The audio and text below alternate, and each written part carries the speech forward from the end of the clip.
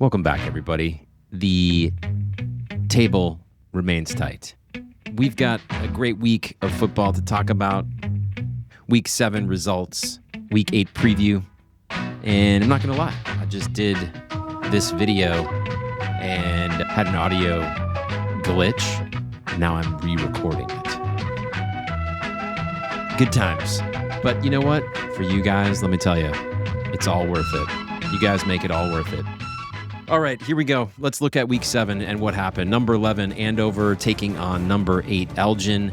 Andover 48, Elgin 34. This was a shock result. Andover losing 3 in a row. Elgin winners of 3 straight, and everything just got flipped on its head. Andover came in, gave Elgin the business, and that was that. Next week is going to be very interesting to see what these two teams do and how they respond after what happened. Does Andover take off? Do Elgin head back south? They were building really great recruitment, really good things happening. Looked like two teams heading in different directions, and the result couldn't be any more different. Next, Tickas, number 4, taking on number 2, Nayla. Top 4 matchup. Are the champs drifting? The answer is no. 40-38, they dismiss Nayla. Moving up in the table to number 2, Nayla needs to figure out how they can find their championship gear. This was just a big clash, and they didn't show up in the big way that they had hoped. Just heard today that Palmer's not going to be back for at least another 4 to 6 weeks. So not great news for Nayla there, both losing on the field and off. Number 12, Lewes taking on number 3, Bramley, and Bramley dismissed the Lewes handily, 65-16, not even close. Bramley beat that ass. Cullen off of waivers was a nice pickup for them. They've now won 3 straight, while the Lewes have 3 points. Up next, our match of the week, the Ernies, number 5 at the time, taking on top of the table, Osborne, and the top of the table collapses. Osborne goes down 54-33. Just didn't show up for this one. Not sure where the urgency was from this Osborne Owls side, but just a non-competitive game, losing by over 20. And meanwhile, the Ernies solidify their place in the top 4 and look like a force to be reckoned with as the season continues. Up next, we've got the Bulls, number 7, taking on the devilishly Seagulls. 2 teams floating out there, looking to get their season started, and the Bulls really looking for their first win all time against the Seagulls, which they got. 46-41. This one was decided. The second straight loss for the Seagulls as they drop in the table and the Bulls move up. Up next, we've got the Sharks, number 6, taking on West Adams in our final game of the week.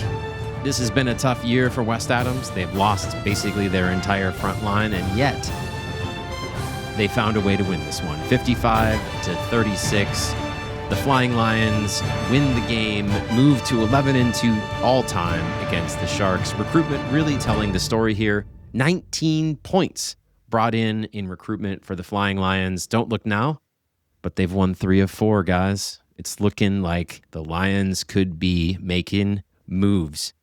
Quick look at our table. Top 4, Bramley, now number 1, tied with the Tickas at the top. The Ernies, number 3 with 12 points, and Nayla rounds out the top 4 with 12 points as well. Let's get into the Week 8 preview. Up first, we've got the devilishly Seagulls taking on the number 8 Sharks. Seagulls are number 11. Both teams dropped points last week, looking to get back on the front foot. Relatively even here in terms of points, 270 points for the Seagulls versus 287 for the Sharks. Could be a pretty good game on paper. Seagulls are 4-5 all time against the Sharks, so even. There should be a competitive game here. Up next, number 9, Elgin against number 2, Tickas. Again, this one I think is going to be a lot closer than people think it will if Elgin shows up. They didn't show up last week, but before that, they had all arrows were pointing in the right direction. They've got 253 points on the season. Tickas with 268. Tickas reaching for first, trying to catch Bramley, and Elgin looking to get into the top half of the table. The Tickas have never beaten the Bombers 0-3 all time. Up next, Number 4, Nayla against number 12, Luz. This one, it's kind of over before it begins. It feels like they're 4-4 against each other all time, but they couldn't be more different this year. Over 130 points separate these two teams. This one is going to be a tough one for the Luz to manage to win. Up next, number 1, top of the table, Bramley taking on number 3, Ernie's. Top 4 matchup, 1 versus 3, our match of the week. Big offenses ready to square off, both teams with 300 points. Bramley is 3-4 all-time against the Ernies, looking to make it a 500 all-time matchup. Next up, number 5, Osborne, 301 points taking on the number 6, Bulls, a mid-table matchup. Bulls with 268. So a little bit separates these two. Osborne has cooled slightly off of their red-hot form to start the season, looking to reassert themselves in the table against a feisty Bulls side, who they are 2-1 against all time. And finally, the Flying Lions of West Adams, 260 points at number 7 in the table, taking on number 10, Andover. Albies, 246 points. Close here.